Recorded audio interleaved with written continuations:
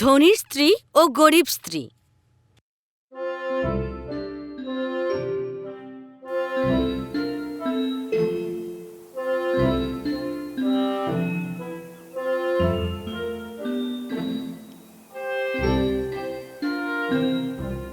প্রিয়, এত ভদ্রতা স্বামী, বাড়ির ভেতরেও যদি তুমি এরমই থাকতে।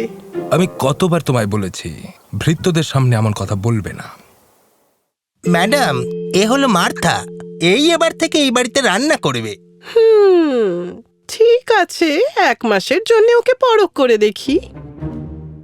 হেনরি, তুমি এখন কোথায় যাচ্ছ? বেরোনোর সময় তোমাকে সব সময়কে পিছু ডাকতে হয়। তুমি কি ভাবো আমি কোথায় যাচ্ছি? কাজে যাচ্ছি। তোমার আজ আমাকে কেনাকাটি করতে নিয়ে যাওয়ার কথা ছিল, মনে আছে? আমরা গত সপ্তাহে গিয়েছিলাম। এটা তোমার স্যুটগুলোর জন্য, আর তাছাড়া ওই পোশাকগুলো নিয়ে আমার মন বদলে গেছে। আমি যতটা ভেবেছিলাম ততটা সুন্দর নয়। তুমি জানো এই টাকাগুলো আমি খুব কষ্ট করে উপার্জন করি। আর তুমি জানো যে তোমার এই দীর্ঘ অনুপস্থিতির সাথে সাথে তোমার ব্যবসায়িক বন্ধুদের স্ত্রীদের সাথেও আমাকে বন্ধুত্ব রাখতে হয়। হ্যাঁ, এভাবে দাঁড়িয়ে দাঁড়িয়ে আমার মুখের দিকে তাকিয়ে কি দেখছো? কাজে লেগে পড়ো। হ্যাঁ হ্যাঁ ম্যাডাম, চলে এসো।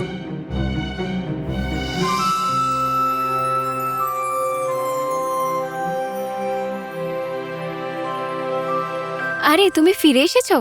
আমার আজ তাড়াতাড়ি হয়ে গিয়েছিল, তাই ভাবলাম আজ ফিরে তোমার জন্য রান্না করে রাখি।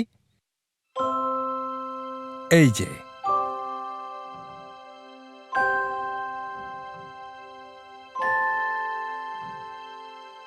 চেখে দেখো। কি হলো? না, সত্যি এটা ভালো হয়েছে, তবে নুন দিলে স্বাদটা আরো ভালো হতো। ও, আমি ভুলে গেছি। না, তুমি কখনোই ভুলো না আমাকে বিশেষ অনুভব করাতে বা আমাকে হাসাতে।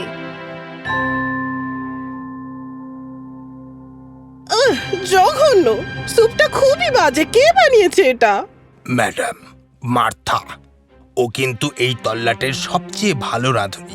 তুমি এটাকে ভালো বলছো? এটাকে এখান থেকে নিয়ে যাও।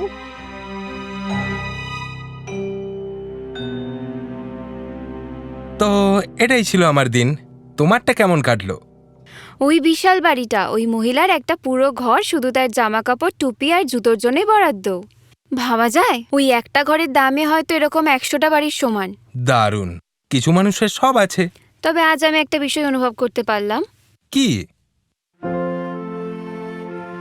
তোমাকে পেয়ে আমি কতই না ভাগ্যবান। কি? তুমি এটা আজ জানতে পারলে?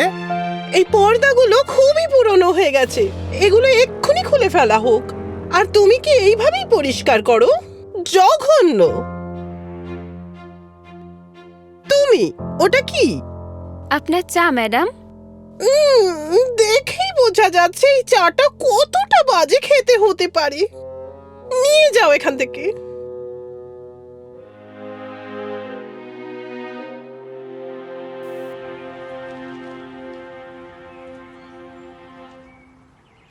মার্ক,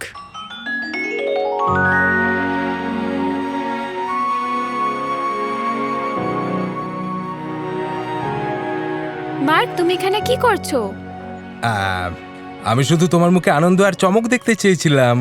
এই অপরিষ্কার বাগানটা ঠিক করতে তোমাকে ডেকেছে? এই তল্লাটের সবচেয়ে ভালো মালি আমি। অবশ্যই তুমি সেরা, তাই আমি খুব খুশি। ওকে আমার কাছে আনো। আমি কি তোমাকে অন্য চাকরদের সঙ্গে গল্প করার জন্য মাইনে দিই? আমি দুঃখিত ম্যাম, মার্ক আমার স্বামী। ওকে এখানে দেখে আমি সত্যি অবাক হয়েছিলাম। ওই তো এই শহরের সেরা মালি। ও চুপ করো, নিজের কাজে ফেরো।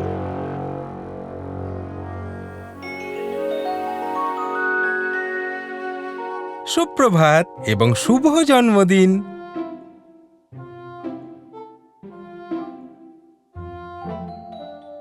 ও, এগুলো কি সুন্দর! শুধু এটুকুই দিতে পারলাম তোমায়। আমি ভবিষ্যতের জন্য সঞ্চয় করছি। তোমার সেই প্রিয় উনুনের টাকা এখনো পর্যন্ত আমি জমিয়ে উঠতে পারিনি। না, স্টোভের কোনো দরকার নেই। তোমার একটা নতুন কোদাল দরকার। কিন্তু আমার জন্মদিন, আমার ইচ্ছে, ঠিক আছে? আর মন খারাপ নয়। একটু হাসো, হাসো তো। আজ সন্ধ্যায় চলো না বনের ভেতর সেই জায়গাটাতে যাই। কতদিন হলো ওখানে যাওয়া হয় না। ঠিক আছে, আমি আজ তাড়াতাড়ি ফিরবো।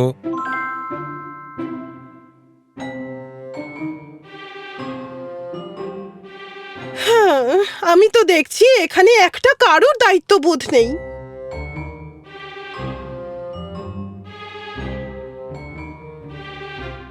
শুভ জন্মদিন প্রিয়তমা, এটা তোমার জন্যে।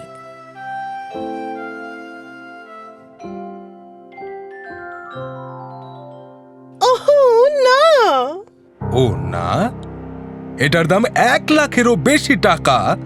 আজ রাতের পোশাকের সাথে এটা মানাবে না। কি? আমাকে আমাকে খুবই বাজে লাগবে যদি আমি এটা পরি। আমার হীরের হার চাই, তুমি আমাকে হীরের হার এনে দাও। তোমার তো হীরের হার আছে। আরে সবাই সেটা দেখে ফেলেছে। তুমি কি চাও আমি সেই পুরনো হারটাই পরি আমার জন্মদিনে? তুমি আমার কথা একদম ভাবো না। আমি তোমার জন্য যাই করে থাকি না কেন, তুমি সন্তুষ্টই হও না। আমি তোমার এই অসংবেদনশীলতার জন্য নিজেকে ছোট করতে পারবো না। যদি তুমি আমায় ভালোবাসতে তবে এটা কেনার আগে আমায় জিজ্ঞেস করতে। আমার জন্মদিনটাই নষ্ট হয়ে গেল। আমি জানি না আমি কেন এত চিন্তা করছি। ফিরে এসো।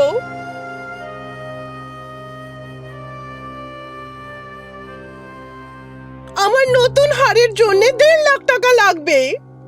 আর তুমি, আজ রাতে এখানে একটা বিশাল অনুষ্ঠান আছে। তুমি আজ মাঝরাতের আগে বাড়ি ফিরতে পারবে না, ঠিক আছে? হ্যাঁ হ্যাঁ ম্যাডাম।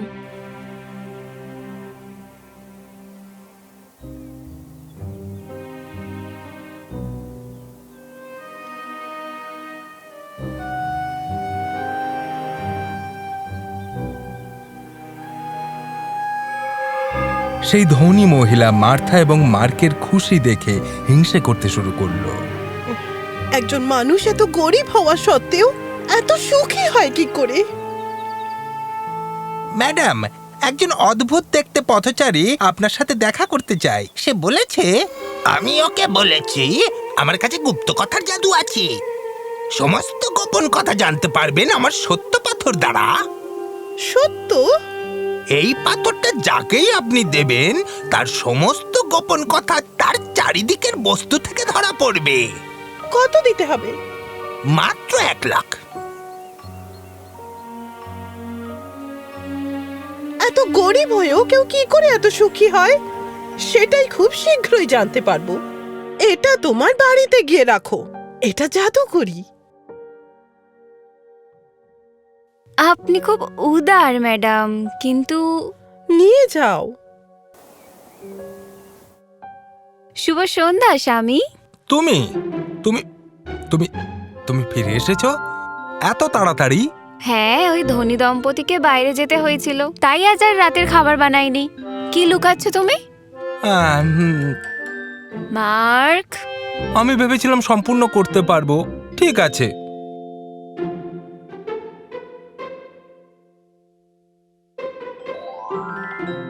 হ্যাঁ, নতুন স্টোভ? নতুন নয়, এটা পুরনোই, আমি সারিয়ে নিয়েছি। এখন এটা ব্যবহার করো, এটাতে আগের উনুনের মতো অত ধোঁয়া বেরোবে না। কিন্তু কিন্তু তোমার কোদাল? এটাতে আমি বেশি খুশি হয়েছি। ধন্যবাদ।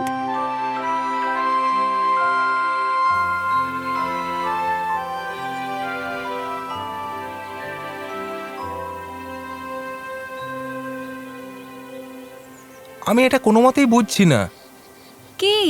আমি অনেক দিন ধরে একটা আম গাছ বড় করার চেষ্টা করছি, কিন্তু কিছুতেই এটা করতে পারছি না। আমি জানি, কিন্তু তাতে কি? দেখো ওদিকে, ওই আম গাছটা গত রাতেও ওখানে ছিল না। এটার বয়স অন্তত 2 বছর হবে। কি? এটা এটা নিশ্চয়ই সেই জাদুকরি পাথরটার কাজ। কি? ওই পাথরটা তোমাদের একটা আম গাছ দিয়েছে? হ্যাঁ, নিশ্চয়ই পাথরটাই দিয়েছে। আমি তো ভেবেছিলাম ওটা সত্য প্রকাশ করবে। কি করে কি করে তুমি এত গরিব হয়েও এত সুখী? এইসব তো আমার গয়নার সামান্য কিছু অংশ মাত্র। আর এই অট্টালিকার যা দাম তা দেখার স্বপ্ন হয়তো 100 জন্মেও দেখা সম্ভব নয়। অথচ তোমার মুখ থেকে ওই হাসিটা কিছুতেই যাচ্ছে না কেন? সত্য পাথর কি তবে কাজ করছে না? আপনি কি পাথরটা ফেরত চান ম্যাডাম?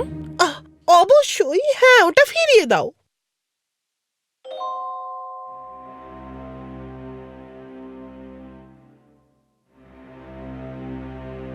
তুমি আমার অন্য গয়নাগুলোর মতো সুন্দর নয়, কিন্তু আমার সত্যিটা চাই। আমাকে সত্যিটা দেখাও। তুমি এখন আবার গয়নার সাথেও কথা বলা শুরু করে দিয়েছো। এটা তোমাকে শুনতেই হবে। আমার ইতিমধ্যেই দেরি হয়ে গিয়েছে। এই সোনাগুলো যত্ন করে রাখো। হেনরি, তুমি কি জানো এখানে সবকিছু কতটা ভয়াবহ? আবার শুরু করো না। কাজের কাজ কিছু করো, রান্না করো, ছবি আঁকো, পরিবেশ দেখো, কিছু তো করো। তুমি আমার ব্যাপারে একটুও ভাবো না। তুমি যেন কত খেয়াল রাখো।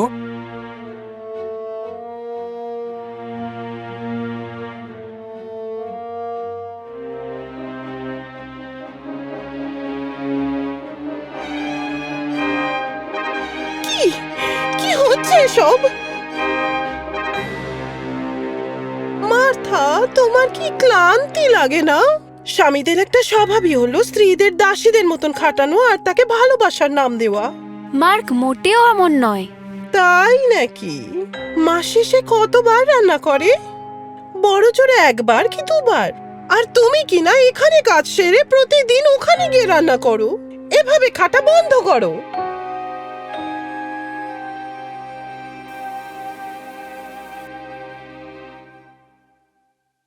কোথায় ছিলে? অনেক আগেই তো বেরিয়েছিলে। ও, বন্ধুরা একটু বনভোজনের আয়োজন করতে চেয়েছিল। অনেক দিন হয়ে গেছে, তাই আমি ওদের সাথে গিয়েছিলাম। ভাগ্যিস আমি আর আমার বান্ধবীরা কোথাও যাইনি, নইলে আজ রাতে তো আমাদের খাবারই হতো না। আমি দুঃখিত।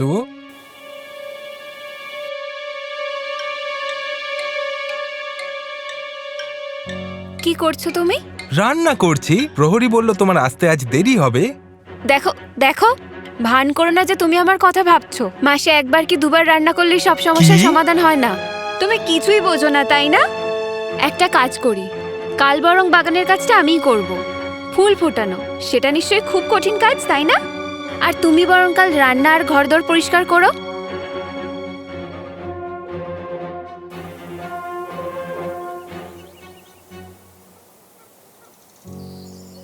মার্থা, তোমাকে আরো একটু গভীরে খুঁড়তে হবে। চারাগুলো আরো ভালো করে পুঁততে হবে।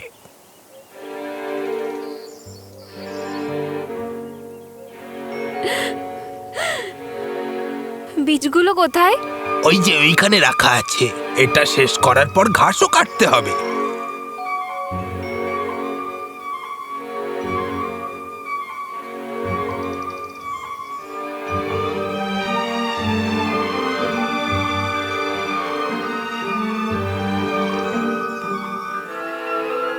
আহ, ও বাবা। মনে হয় লেবুর জল তোমার চাই। মার্ক, আমি হয়তো ভালো রাঁধুনি নই, কিন্তু এক গ্লাস লেবুর জল এটুকু আমি করতে পারি। তোমার কাজটা তো বেশ ক্লান্তিকর। তোমারটাও বটে। তার মানে এটা নয় যে তুমি মালি হতে পারবে না আর আমি রাঁধুনি। আমরা শুধুমাত্র এই জিনিসগুলো শিখিনি। তো তুমি এবার থেকে আমায় রান্না শেখাবে আর আমি তোমায় শেখাবো বাগানের কাজকর্ম। আমি আমি দুঃখিত। না, তুমি ঠিক ছিলে। তোমারও কাজ না থাকলে একটু বান্ধবীদের সাথে ঘুরতে যাওয়া প্রয়োজন। আমার ঘরের কাজ একটু বেশি করা উচিত, তবেই তো দুজনে ফাঁকা সময় পাবো। তুমি কি সত্যি বলছো? হ্যাঁ, আমি সত্যিই দুঃখিত যে এটা আমি আগে বুঝতে পারিনি।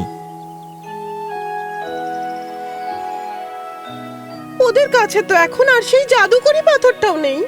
এটা তো জাদু পাথরের কাজই নয় ম্যাডাম। এটা শুধু সত্যটাকে বাইরে আনে যেটা লুকিয়ে থাকে। ঝগড়া এবং হিংসা অথবা ভালোবাসা এবং খেয়াল রাখা। এই কেকটা, এর গন্ধটা যেন যেন আমার তৈরি। এটা এটা সুস্বাদু। উপভোগ করো। তুমি বসে আমার সাথে উপভোগ করো। কত কিছু রয়েছে তোমাকে বলার মতো। একমাত্র যদি তুমি আর আমি খেয়ে উঠে রাস্তায় হাঁটতে বেরোই, আর আমি নালিশ করব না, কথা দিলাম। আমার সেটা ভালোই লাগবে। ওই জাদুকরটা ঠিক বলেছিলেন, এটা ওই জাদুকরি পাথরের ব্যাপারে ছিলই না।